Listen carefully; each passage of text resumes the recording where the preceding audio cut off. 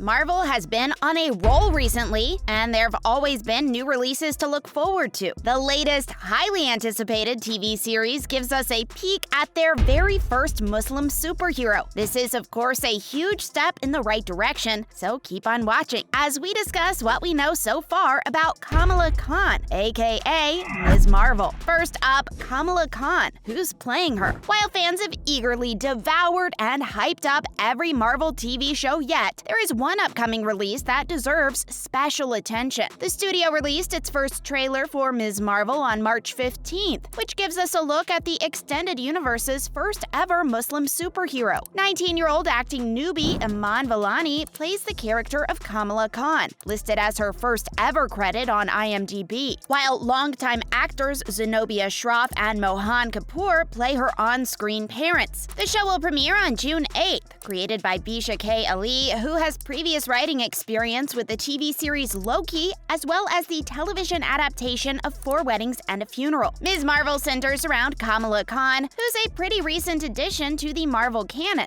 only having been introduced in 2013. Khan lives in Jersey City and has the ability to shapeshift and change her appearance. She decides to take up the name Ms. Marvel, which had previously been used by multiple other characters, including Carol Danvers, played by Brie Larson in the movie Captain Marvel. In the comics, she's known to work with Captain Marvel, as well as Wolverine, and even becomes a part of the Avengers later on. Next, the trailer. Considering how much Marvel loves high-profile cameos, it's pretty likely that we'll see some of the established stars make an appearance at one point in the series. The trailer sets the tone for Ms. Marvel, but it's still not clear whether the animated comic book-style text will also be in the show, or if it was a one-time thing for the trailer only. Either way, it only adds to the quirky factor, balancing the coming-of-age focus of the story with a couple of shots of fun MCU action. It also makes great use of Blinding Lights by The Weeknd, which is a song that's basically tailor-made for blockbuster trailers exactly like this one. Vellani comes off as charming in a way that's pretty similar to Tom Holland's sheepish performance of Spider-Man. She also manages to get in some quips that sound like they might fit in teen comedies like Easy A or The Edge of 17. Up next, diversity in Marvel and important representation. While Vellani hasn't really done much press for the show yet, she did do an interview in August 2021 with Variety, speaking about the impact a show like Ms. Marvel could have on its viewers. According to her, the show itself and the characters that will be a part of it are what's most important. She believes that she doesn't really have to go out of her way to speak about her experience as a Muslim and a Pakistani, because the show will do all the talking in this case, and that just seeing someone like her be a part of a project this big is inspiring enough for many people. Over the last couple of years, Marvel has come under a lot of criticism for the lack of diversity in the franchise, mostly always presenting a very white and privileged cast of characters. More recently, the studio has attempted to fix this problem by introducing a more diverse range of superheroes. Black Panther saw global success when it came out in 2018, and Shang-Chi and the Legend of the Ten Rings earned significant critical praise as well, while the Eternals had a more underwhelming reception. Ms. Marvel is one of the many shows set to come out this year on Disney+,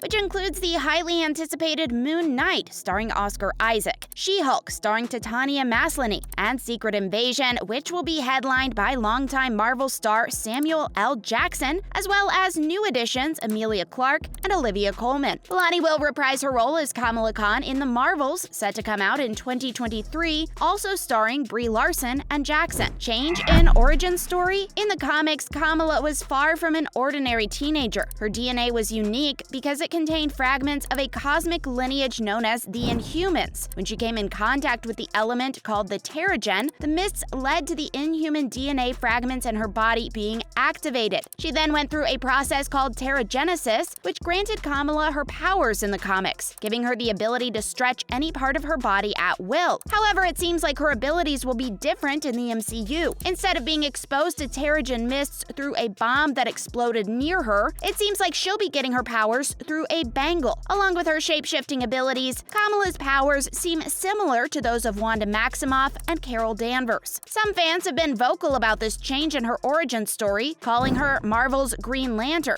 There have been rumors that Kevin Feige doesn't care for the idea of adding the Inhumans to the MCU, especially considering the failed first season season of the show on ABC. There have also been rumors that Kamala's origin story will be that she comes from a long lineage of Djinn, who are known as the Clandestine, but others think the Djinn origin will be a red herring. The latter theory says that Ms. Marvel will pull a Peter Quill by making Kamala think she's a Djinn for most of the show, only to reveal towards the end that her origins are not what she thought. So either this is where the Inhuman DNA will come in, or maybe her DNA will get altered due to wearing the bangle for an extended period of time. Now, in other related news, Moon Knight's disconnection from the MCU is what attracted Oscar Isaac. Moon Knight will feel fairly separate from the rest of the MCU, as it won't have any direct references or cameos that we know of, and it's that disconnection that attracted Oscar Isaac to the character. Isaac told IGN that the plot's separation from the wider cinematic universe is definitely what drew him to the character of Stephen Grant / Moon Knight / Mark Spector. The protagonist suffers from multiple personality disorder and is also an earthly avatar of an Egyptian god. Yes, it's pretty confusing, but that's what makes the story as complex as it is entertaining. The disconnect is something that Isaac liked in part because it reminded him of his favorite MCU movie, Iron Man, because the 2008 film was the first of its kind and wasn't connected to a larger universe. It would go on to become a global success. Iron Man was new and different than anything else viewers had seen, and Isaac seems to feel the same way. He explained that that was their approach for Moon Knight as well, where they wanted to build the character and story from the ground up. Though the story still exists in the universe, it's not a part of it. The show focuses on internally exploring the character and getting into his skin. Next, Jane Foster makes a comic book comeback, just in time for the movies. Big Two comics like to make sure that their characters are going hand in hand with their live-action counterparts whenever a new show or movie release is close by. With Thor: Love and Thunder set to hit theaters in a couple of months, Marvel has announced that Jane Foster will spend time returning to the thunderous title she inherited way back in 2014. A few days earlier, Marvel announced a new 5-part miniseries named Jane Foster and the Mighty Thor. The new comic will be penned by writer Torunn Grønbekk and artist Michael Dowling. It will follow Jane, who's been a Valkyrie for the past few years, as she teams up with the God of Thunder to take on a number of Asgardian villains, including Hela, Enchantress, as well as Ulik the Troll. Despite the fact that Mjolnir nearly killed Jane in the past by making her cancer worse, she can't help but take up the mantle of the Mighty Thor and work with her friend to push back the villains. While Thor now has his father's powerful Odin sword, Jane will be taking up the reforged Mjolnir. Superhero mantles get picked up and left behind pretty frequently in the comics, and considering how popular Jane Thor ended up becoming, it's possible she'll hold on to the hammer after the miniseries. Since the MCU is slowly bringing in some legacy heroes such as Yelena Belova, Kate Bishop, and Sam Wilson, it makes sense for Jane to get some comics of her own to go along with her thunderous change in the movies. Lastly, Ghost Rider director wants Johnny Blaze to join the MCU. The director of the 2011 sequel Ghost Rider: Spirit of Vengeance, Mark Neveldine, has some experience with Marvel movies, even though Johnny Blaze wasn't a part of the MCU. But since the arrival of Daredevil and the rabbit hole of the multiverse opened in Spider-Man: No Way Home, the door is now wide open for the arrival of multiple characters. In a recent interview, Neveldine reflected on his experience working on the Ghost Rider film, saying that though he wished they could have done an R-rated version, it was one of the best experiences of his life. The director firmly believes that the legend of Johnny Blaze will continue to grow, even 10 years after his last on-screen appearance. And if you're wondering what the MCU would do with the Ghost Rider if they do add him to the MCU, Neveldine's answer to that is that he would blaze through the Avengers, laying them all to waste. That's a wrap for this video. See you in the next one.